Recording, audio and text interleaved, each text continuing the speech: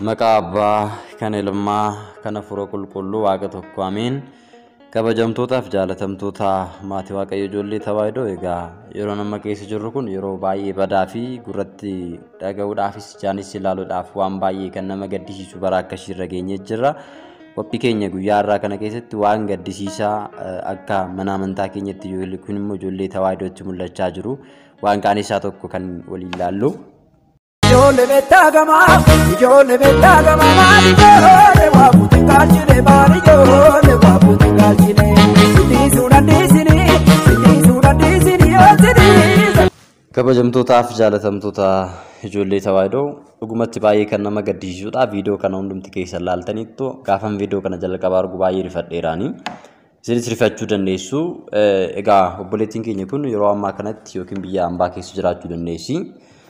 Saati kanatti egaa akka obboleettii keenyaa kana akka hin taane adaraa keessan hundumti keessan of eeggannoo gochuu akka qabdan isiniin jedha. Inni jalqabaa egaa obboleettiin keenya kun yookiin abbaan manaa ishii gara biyya alaatti kan ishee ergu yoo ta'e akka isheen hojjettee qarshii maatii ishii ittiin gargaaruu dandeessuuf hojjettudha. Maatii ishii immoo mucaan keenya ala hojjettee nagaadhaan gara biyya keenyatti nuuf galtee nu gargaarte jedhanii abdiidhaan immoo eegaa jiranitti isheen garuu baandii sirbaa waan galtee fakkaatti. Isarra darbee immoo haalli uffannaa ishii yoo ilaaltan haalli uffannaa ishii illee kan warra baandii sirbaa wajjin kan waliin fakkaanne mana amantaa keenya uffannaa mana amantaa keenyaadha jechuudha.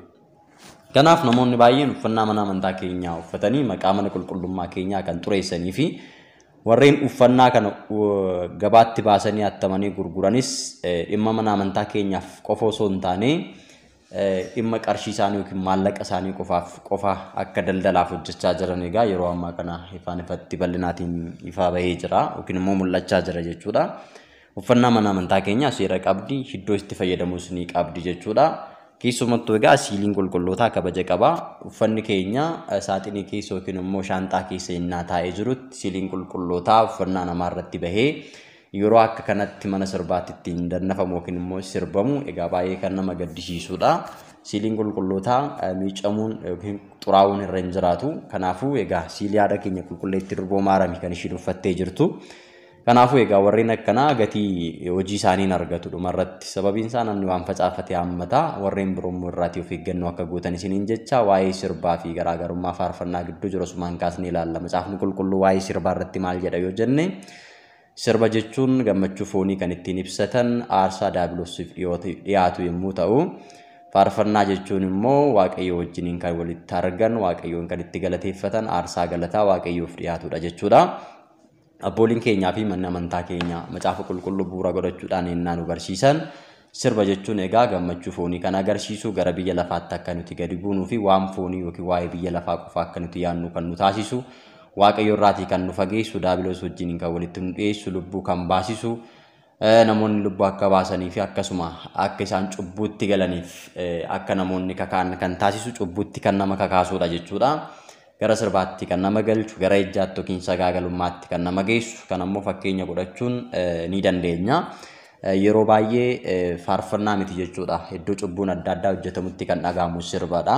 Fakkeenyaaf gadi buutanii galgala magaalota gurguddoo kaafeewwan gurguddaa yennaa ilaaltan shamarran keenya yookiin immoo obboloonni keenya shamarranii foon isaanii gurguratanii kan jiraatan hojii sagaagalummaa irratti hojii isaanii taasifatanii kan bobba'an sirba yookiin daansii mana san keessa banamu faana sochii taasisuudhaan qaama isaanii qullaa taasisanii dhiirota sagaagalummaadhaaf kan kakaasanii fi ofii isaaniis dhimma sagaagalummaa irratti bobba'anii namoota kaanis kan bobbaasan madda galii qarshii argatan yeroodhaaf itti jiraataniif kan hojjetan baay'ee isaaniitu jiru jechuudha. Kanaafuu walumaa galatti egaa sirbi hawwii foonii fi fedhii foonii dhimma sagaagalummaatiin kan wal qabate irratti kan namootatti waan hamaa keessa isaaniitti horu waaqayyo irraa kan nama fageessu ta'uusaa fi macaafni qulqulluun immoo lubbuu namaallee ni baasisa jedha sirbi jechuudha. Macaafa qulqulluu irraatii kaanee yoo dubbisne wangeela Maarqoosii boqonnaa 6 lakkoofsa 7 irraa kaasnee gaafa dubbisne yeroorsi waa'ee Heroodiyaas haadha manaa obboleessa isaa Filiiphoosiif jedhee Yohaannisiin qabsiisuu isaa jedha. Egaa qulqulluu Yohaannis nama waaqayyoo ture. Yohaannis cuuphaan sagalee waaqayyummaa lallabutti. Filiiphoos namni jedhamu duunaan Heroodis immoo haadha manaa obboleessa isaatii Heroodiyaa ni fuudhe jechuudha. Yommuu kanatti Yohaannis immoo haadha manaa obboleessa keetii fuudhuun siif hin ta'u jedhee innaa lallabaa turetti egaati inni immoo isa qabsiisee gara mana hidhaatti isa gatee ture jechuudha. Ayyaana yaadannoo yookiin immoo ayyaana yaadannoo dhalachuu isaa immoo yennaa kabajachaa turetti jechuudha. Namoota walitti waamee jedha macaafni qulqulluun kun gaafa dubbistanii wangeela Maarqos boqonnaa 16 lakkoofsa 21 irraa kaasnee gaafa dubbisnu inni kabajachaa turetti jala bultii irraatti jechuudha. Namoota hedduu waameera. Intalli Heroodiyaas ol galtee jechuudha. Yommuu sirbite Heroodsi fi keessummoota isaas gammachiiste.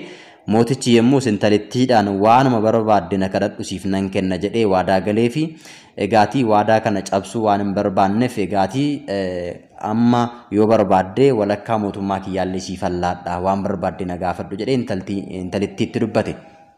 Mucayittiin immoo haadha isheetti gabbaatee waadaa naa galeera mootichi waan ta'eef maal gaafadhu jennaan morma Yohaannisiin cuuphaa gaafadhu. Sababiin isaayyuu Yohaannis cuuphaan ati haadha manaa Filiphos taatee obboleessa Filiphositti heerumuu hin dandeessu jedhee na daangeessaa na lafafaa jira waan ta'eef inni du'uun qaba. Gaafa inni du'e immoo ani mootichatti Heroodsitti heerumee jiraachuu nan danda'a jettee morma Yohaannisiin kuchisiiste. Egaati sirbi hanga kana lubbuu namaa kan baasisu hojii cubbuu guddaa akka ta'e hojii sagaagalummaadhaaf warri kaatan egaati haadha manaa obboleessa isaa fuudhuun sagaagalummaa guddaadha. Waaqayyoon kan hin jaallanne sirbi immoo hojii kana fiixan baasuudhaaf isarratti darbee ajjeechadhaaf akka geessisuuf egaati macaafni qulqulluun Heroodsi akka fedhii kanaaf yookiin immoo fedhii sagaagalummaa isaa raawwachuudhaaf niitittii fuudhuudhaaf jecha fedhii ishii eeguudhaaf jecha qulqulluu Yohaannis morma isaa kuchisiisee laateefiira jechuudha. Hanga kana dirresitti egaa cubbuu guddaa keessa kan nama galchu sirbadha jechuudha. Kanammoo egaati macaafa qulqulluudhaan wal bira qabnee yoo laalle sagaagalummaan nama ajjeesuun cubbuudha jechuudha. Obboleettiin keenya kun yoo laaltanis jechuudha isinni sun hin dhiisinii yookiin gabbiraa qabaachuu dandeessi yookiin dhiisuu dandeessi dhimma sagaagalummaa yookiin immoo dhimma hojii foonii keessa kan ishiin jirtu jechuudha. Kanaafuu dhimmoonni akkanaa kun cubbuudha jechuudha. Nama ajjeesus ta'e kana darbee immoo hojii sagaagalummaa raawwachuun cubbuu guddaa akka ta'e macaafni qulqulluun nutti hima. Seexanni jalqabee cubbuu waan hojjeteef namni cubbuu hojjetu hundinuu kan seexanaati. Ilmi Waaqayyoo immoo hojii seexanaa diiguudhaaf mul'ate jedhee tokkoffaa Yohaannis boqonnaa 3 lakkoofsa 8 irratti akka dubbatee jiru. Namni sagaagalummaa raawwatu namni cubbuu hojjetu namni nama ajjeesu kan seexanaa ta'uusaa kanarraatii hubachuu ni dandeenya.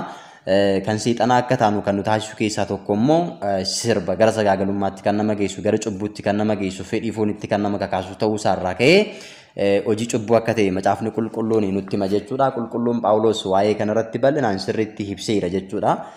Keessumaa keessattuu jechuudha hojiin cubbuu sirbi hojii cubbuu yookiin immoo hojii foonii akka ta'ee fi dabalatammoo warreen sirban illee mootummaa Waaqayyootti galuu akka hin dandeenye addaan baasee kaayetu jira jechuudha. Galaatiyaa boqonnaa 5 lakkoofsa 16 irratti ani garuu hafuuraan gaggeeffamaa jiraadhaan jedha malee fedhii foonii raawwatiin aanan jedha. Fedhii foonii hafuuraan ni morma hafuurris immoo fooniin ni morma. Isin waanuma jaallattan akka hin gooneef immoo isaan kun lamaanuu waliin ni mormu. Hafuurichaa yoo gaggeeffamtan isa seericha jala hin jirtanii hojii foonii mul'ataadha. Isaanis alalummaadha, sagaagalummaa, xuraa'ummaa, jireenya gadhiisii jiraachuudha, waaqa tolfamaa waaqessuudha, qoricha namatti gochuudha, diinummaadha, qocholoodha, hinaaffadha, dheekkamsoof tuulummaadha, yaadan gargar ba'uu, barsiisan gargar cabuu, sirba yookiin weennoo, machii, albaadhummaa wanta kana fakkaatu. Namoonni kana raawwatan hundumtuu garuu mootummaa Waaqayyootti galuu hin danda'ani. Warreen sirban, warreen nama qochola, warreen sagaagalan cubbuu guddaa kana kan hojjetan mootummaa Waaqayyootti galuu hin danda'an jedhee mootummaa Waaqayyootti akka hin galle kan nama taasisu keessaa tokko sirba ta'uusaa macaafa qulqulluu kanarratti egaati qulqulluun Phaawulos kaasitu jira jechuudha. Kanaafuu har'a addunyaan maal gochaa jirti nutoo maal gochaa jirra kan jennu beekuu qabna.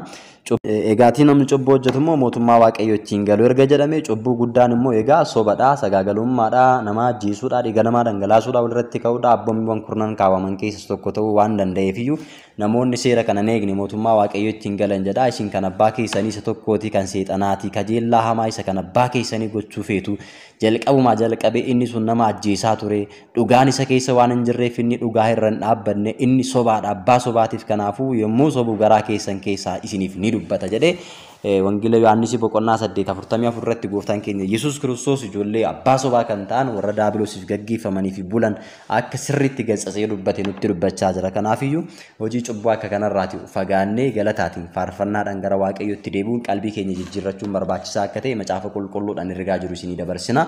Egaatii hojii akkanaa hojjechuun gaarii miti. Akkuma argitan egaa manoota adda addaa biyya lafaatti gabbuutanii yoo laaltan sirbi banamuurraan namoonni iddoo tokkotti sassaabamanii dhugaatii garaagaraa dhuguudhaan sagaagalummaadhaaf kan saaxilaman isarra darbee immoo tokko na jalaa qabatti jechuudhaan hanga wal reebuutti hanga lajjichaatti adeemsa sanaan dhiiga dhangalaasutti kan deeman hojii cubbuu warra Sodoomiin kan hojjetan hedduutu biyya lafaa keessa jiru. Kun hundumtuyyuu firii sirbaati, firii dhugaatiiti, firii cubbuuti waan ta'eefiyyuu kanarraati of eeguun barbaachisaa akka ta'e macaafni qulqulluun nutti hima. Macaafni qulqulluun warreen sirba mootummaa waaqayyoo hin galan jedha. Kan sin barsiisnu macaafni qulqulluun kan nutti himudha. Kan macaafni qulqulluun jedhudha sagalee waaqayyoo kan jedhudha waan ta'eef isinis kanarraa of eegdanii cubbuurraa fagaachuun biyya keessanii bahuun jijjiiramtanii hojjettanii maatii keessan biyya keessanii fi akkasuma ofii keessan of jijjiiruudhaaf baatan malee biyya alaatti cubbuu hojjechuu daangaraa hojjechuu hojii sagaagalummaa duukaa bu'uudhaaf hin baane waan ta'eef kanaafiyyuu lammii keessanii fi maatii keessan biyya keessa jiraniif yaaddanii hojii keessanii fi jireenya keessan boruuf waa'ee lubbuu keessaniif yaaddanii hojii hamaa keessaa baatanii hojii hojjechaa jirtan waaqayyoodhaan naaf eebbisi karaa kiyya naa qajeelchi nagaadhaan nagalchi jettanii waaqayyotti bahuudha malee galuu fi galuu dhiisuun keessan jiraachuuf jiraachuu dhiisuun keessan jiraachuuf jiraachuu dhiisuun keenya abdiin keenya waaqayyoodha.